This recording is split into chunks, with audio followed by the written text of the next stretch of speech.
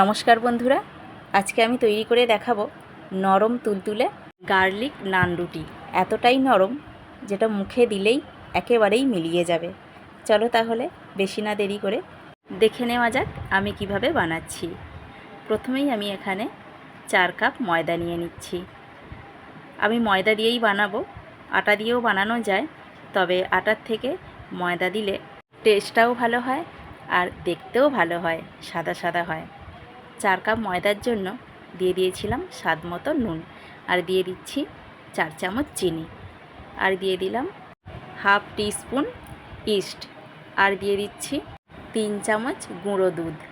এরপরে দিয়ে দিচ্ছি সাদা তেল, 4 চামচ দিচ্ছি টেবিল চামচের।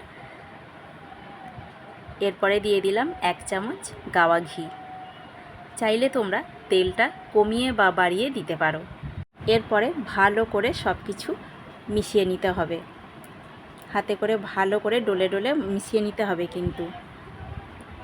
এরপরে দিয়ে দিচ্ছি টক দই। চাইলে তোমরা উষ্ণ গরম জল বা দুধ দিয়ে মাখতে পারো, আমি এখানে টক দই দিয়ে মাখছি, কোনো জল ব্যবহার করছি না। দইটা কিন্তু অবশ্যই রুম টেম্পারেচারের হতে হবে, ঠান্ডা দই একদম চলবে না।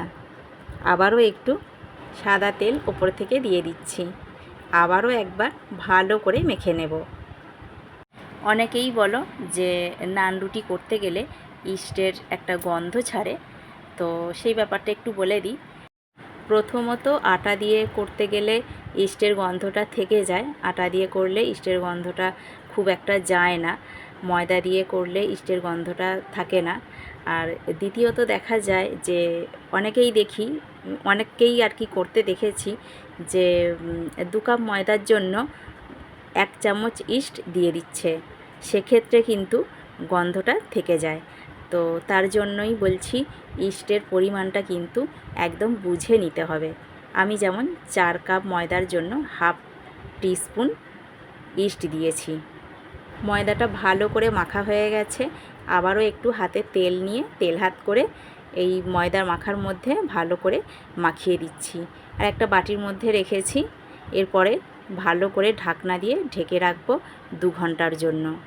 এমনভাবে ঢাকা দিয়ে রাখতে হবে যাতে ভেতরে কোনো বায়ু প্রবেশ না করতে পারে। 2 ঘন্টা পর এই রকমভাবে ফুলে উঠেছে, দেখো চাপাটা আমি তুলে নিয়েছি। এইভাবে ফুলে ওঠার পর আমি হাত দিয়ে আবারও আলতো হাতে ভালোভাবে মেখে নেব, যাতে করে ভিতরে যতটুকু বায়ু ছিল সেটা বেরিয়ে আসে। অনেকেই মাপ বুঝতে পারে না যে কতজনের জন্য কতটা ময়দা নেব, এই মাপটা বুঝতে পারে না। তো আমি বলে দিচ্ছি একটা মাপ। আমি এখানে 4 কাপ ময়দা নিয়েছিলাম, 4 কাপের জন্য আমার 11টা রুটি হবে, নান রুটি হবে। তো এখানে আমার নান রুটির গোল্লা আমি করে নিয়েছি, আর এখানে 4টে একটু ছোট সাইজ করেছি আমার মেয়ের জন্য পুরি করব। তো সেটাই আমি তোমাদের দেখিয়ে দিলাম। আমি একটু ছোট করে গোল্লাগুলো করেছি, গোল্লার মাপ, আর পাতলা করেই রুটিটা বেলবো। বেশি মোটা আমাদের কেউ পছন্দ করে না, তো তোমরা চাইলে বেশি মোটা মোটা করতে পারো, নান একটু মোটা মোটাই ভালো লাগে, কিন্তু আমি একটু পাতলা, একদম রুটি যেমন হয় ঠিক সেই রকম পাতলা করে বেলে নিয়েছি। আর ওপর থেকে দিয়ে দিচ্ছি রসুনের কুচি।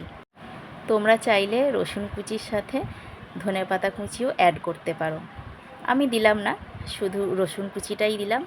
ভালোভাবে রসুন কুচি ছড়িয়ে দিয়েছি, তারপরে আলতো করে শুধু ওপর থেকে জাস্ট বেলুনটা একবার ঘুরিয়ে নিতে হবে, যাতে ভালো করে রসুনগুলো ভিতরে ঢুকে যায়।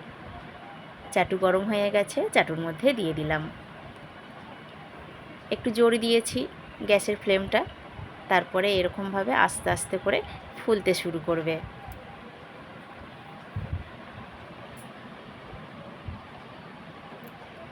আস্তে আস্তে করে ফুলে উঠেছে, এরপরে আমি উল্টে দিলাম।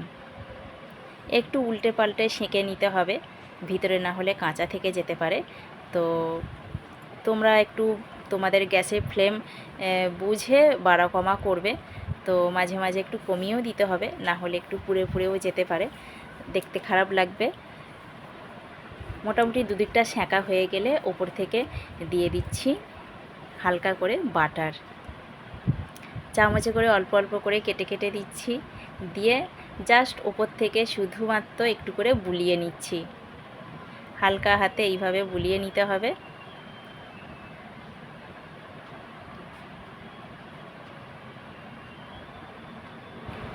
ব্যাস হয়ে গেল, এবার তুলে নিচ্ছি। কত সহজেই হয়ে গেল গার্লিক নান রুটি। ঠিক একই রকমভাবে বাদবাকিগুলোও করে নিচ্ছি। আমার তো দেখেই জিভে জল আসছে। আমার মতো তোমাদের কাদের জিভে জল আসছে তোমরা কিন্তু অবশ্যই জানিও কমেন্টের মাধ্যমে। আর মনে হচ্ছে আমি কখন খাবো। সত্যি কথা বলতে কি বলো তো, এত সুন্দর একটা গন্ধ উঠেছে না, বলে বোঝাতে পারবো না। অপূর্ব একটা গন্ধ উঠেছে। মনে হচ্ছে গন্ধটা শুঁকেই মনে হচ্ছে খেয়ে নিই। একটা রসুনের গন্ধ, বাটা রসুন দই দিয়ে মাখা, তারপরে এর মধ্যে চিনি দেওয়া হয়েছে, মিষ্টি মিষ্টি একটা মানে স্বাদ, কি বলবো, মানে অপূর্ব গন্ধ উঠেছে। শুঁকেই মনে হচ্ছে খাই। যাই হোক, নান রুটিগুলো তো হয়ে গেছে। আর এদিকে মেয়ে বলেছে রুটি খাবে না, ও পুরি খাবে। ওই একই মাখা, শুধু এটা তেলে ছাড়া হচ্ছে আর ওটা চাটুতে সেঁকা হয়েছে। তাই সেটা রুটি হয়েছে চাটুতে সেঁকা বলে, আর এটা তেলে ভাজা হচ্ছে বলে পুরি। তো মেয়ের জন্য 4টে পুরিও ভেজে নিচ্ছি। তাহলে বন্ধুরা, আমার এই আজকের গার্লিক নান রুটি তোমাদের কেমন লাগলো তোমরা কিন্তু অবশ্যই কমেন্ট করে জানাবে। যদি ভালো লেগে থাকে তাহলে একটা লাইক করবে, আর আমার চ্যানেলে যারা নতুন বন্ধু আছো চ্যানেলটা সাবস্ক্রাইব করে আমার সঙ্গে থাকবে। আজকের মতো এখানেই শেষ করছি, দেখা হচ্ছে পরের ব্লগে।